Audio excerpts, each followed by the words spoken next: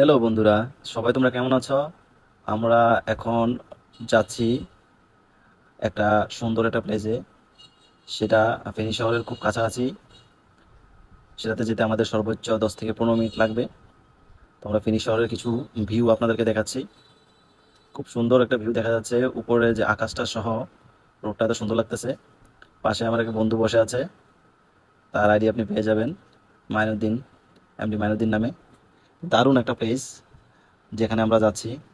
রিক্সাতে একটু পরিবহনে একটু ঝাঁকি লাগতেছে, যাই হোক, শেষ পর্যন্ত আমরা পৌঁছে গেলাম সেই গন্তব্যস্থানে।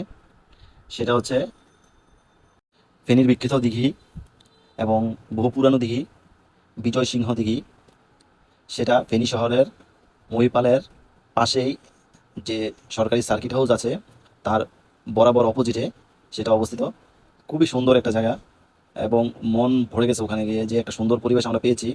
চারদিকে সবুজ ছায়া এবং সবুজের ভিতরে এই দিঘির যে একটা সুন্দর ভিউ দেখা যাচ্ছে, মানে অসাধারণ। যারা এখনো যান নাই তারা গেলে বুঝতে পারবেন এটা আসলে প্রাণবন্ত একটা দিঘি। দক্ষিণা বাতাস আসিতেছে আর আমরা দক্ষিণা বাতাস খাচ্ছি এবং এই ভিউটা উপভোগ করতেছি।